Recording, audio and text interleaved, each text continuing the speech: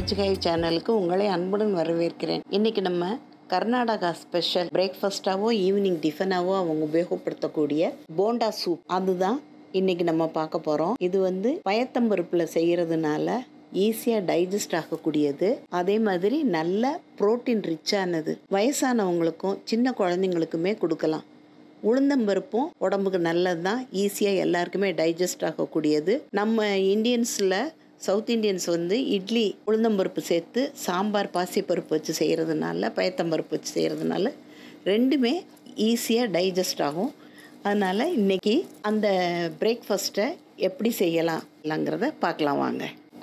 ஒரு பேன் எடுத்து அடுப்பில் வச்சு 1 டேபிள் ஸ்பூன் அளவுக்கு குக்கிங் ஆயில் ஊற்றிருக்கோம். அதோட ஒரு சின்ன துண்டு பட்டை, ஒரு 2லேருந்து 3 கிராம்பு, ஒரு கருப்பு ஏலக்காய் அதோட தோலை உரிச்சிட்டு வெறும் விதையை மட்டும் அதோட சேர்த்துட்டோம். பேனில் இருக்க எண்ணெயில் சேர்த்துருக்கோம். பொரியணும் எல்லாமே, அப்போ தான் நல்லா வாசனையை கொடுக்கும்.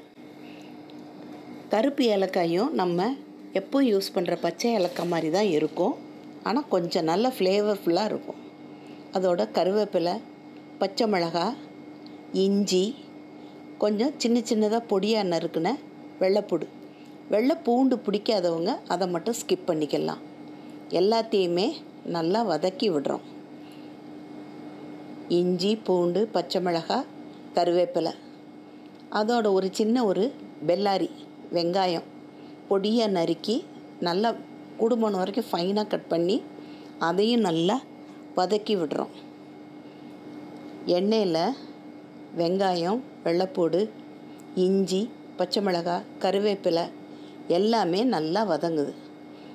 அதோட நம்ம முதல்ல பட்டை, கிராம்பு, கருப்பு ஏலக்காய் போட்டு தாளிச்சிருக்கோம்.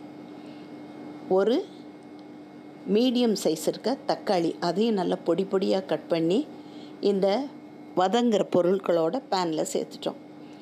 நல்லா மசிஞ்சு வரணும் தக்காளி. கொஞ்சம் இந்த டிஷ்ஷுக்கு தேவையான அளவு உப்பு சேர்த்துருக்கோம். தக்காளியும் நல்லா வதங்கும். மஞ்சப்பொடியும் சேர்த்தாச்சு. இப்போ நல்லா மீடியம் ஃப்ளேம்லேயே வச்சு ஒன்று போல் வதங்கணும்.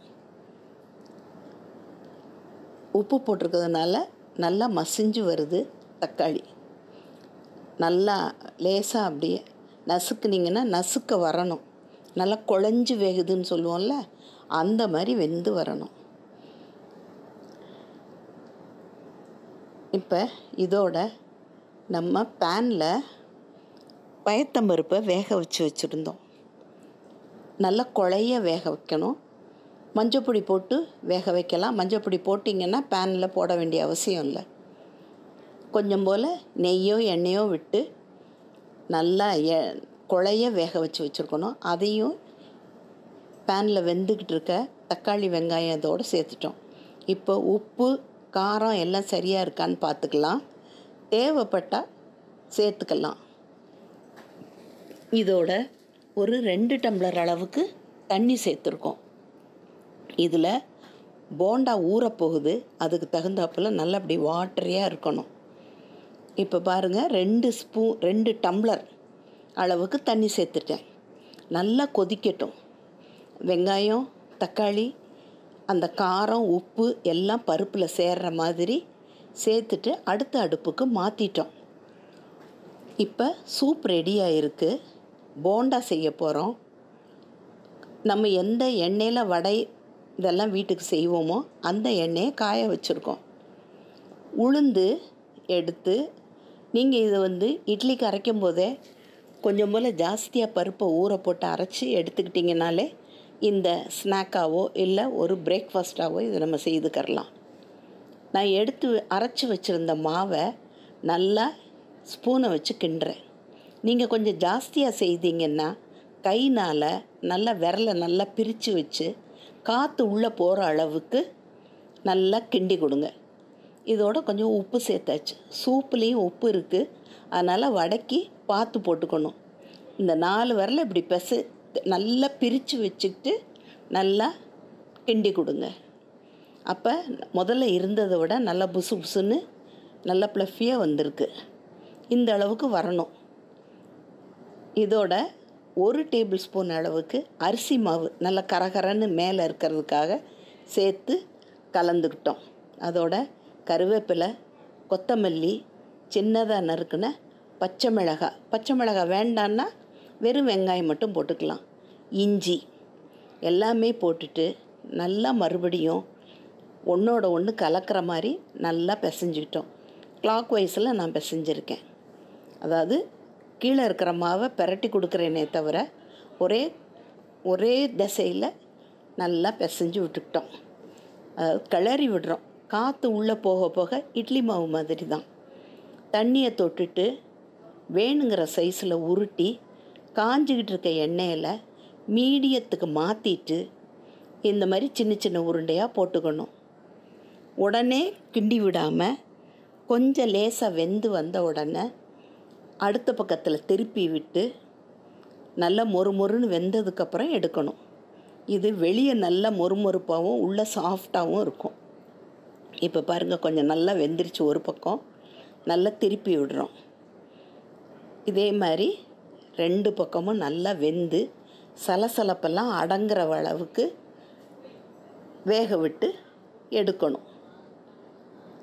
இப்போ இதெல்லாம் கலர் மாறி வருது. ஒவ்வொன்றா கலர் மாறி வர வர எடுத்து வெளியே வச்சிடலாம். எண்ணெயிலேருந்து வெளியே எடுத்து வச்சிட்டோம். இப்போ எல்லாமே நல்லா கலர் மாதிரி வந்துருச்சு. எண்ணெயை 1 நிமிஷம் அந்த எண்ணெயை வடிஞ்சதுக்கப்புறமேலு சூப்பில் சேர்க்கணும். அதாவது இது ஒன்று போல் வர்றதுக்காக இந்த பெருவிரலுக்கும் ஆள்காட்டி விரலுக்கும் நடுவில் இந்த மாவை விட்டோன்னா ஒரே சைஸில் குண்டு குண்டாக வரும். இப்போ சூப் ரெடியாக இருக்குது, போண்டாவும் ரெடியாக இருக்குது. சர்வ் பண்ணுறதுக்கு கொஞ்ச நேரத்துக்கு முன்னால் ஒரு பவுலில் எத்தனை போண்டா வேணுமோ அந்த பவுலோட சைஸுக்கு தகுந்தாப்பில் 3, 4, 5 அதில் எடுத்து வச்சுட்டு அது முங்குற அளவுக்கு சூப்பை ஊற்றி நாம் சர்வ் பண்ண வேண்டியது தான். இது ரொம்ப டேஸ்டியாக இருக்கும். நல்லா வயிறு நல்லா நிறையக்கூடியது. ஏன்னா இட்லி சாம்பார் நம்ம சாப்பிட்டு நமக்கு பழக்கம்தான். இதில் உளுந்து, கொஞ்சம் போல் அரிசி மாவு இருக்குது, பயத்த மாவு சாம்பாருக்கு. நம்ம சூப்பாக தாளிப்பு மட்டும்தான் வித்தியாசம். அதனால் இது நமக்கு வயிற்றுக்கு கெடுதல் பண்ணாது. சின்னவங்கலேருந்து பெரியவங்க வரைக்கும் சாப்பிடலாம். விரும்பி சாப்பிடக்கூடிய உணவாக இருக்கும்.